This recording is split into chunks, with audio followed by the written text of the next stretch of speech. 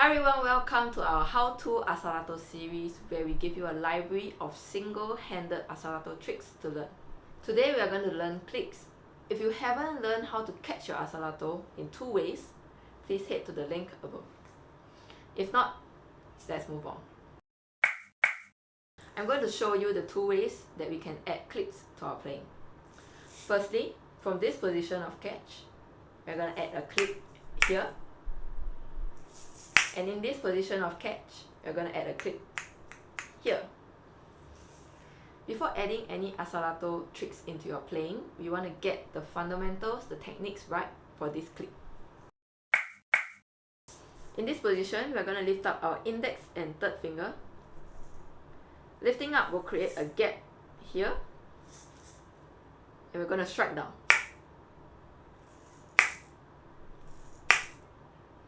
Make sure that when you're starting out, you bring it down as hard as you can to build that strength.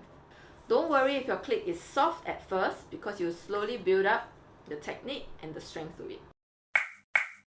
Now the next way you can catch your Asalato is this way, right? And in this, remember your index catches and your thumb pulls. From here, we want to create as much space in between the Asalato, so you release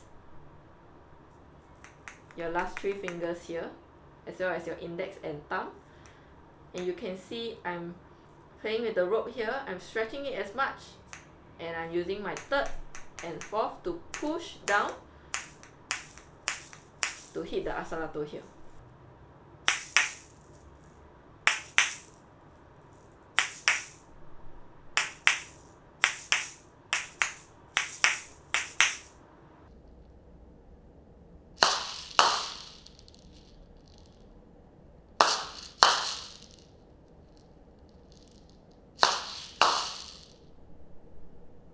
As always, I would suggest that you take your time with these practices. Make sure that your hands go through the motion again and again, and make sure whatever you do with your one hand, you do with your other. Have fun with this, and I'll see you in the next one.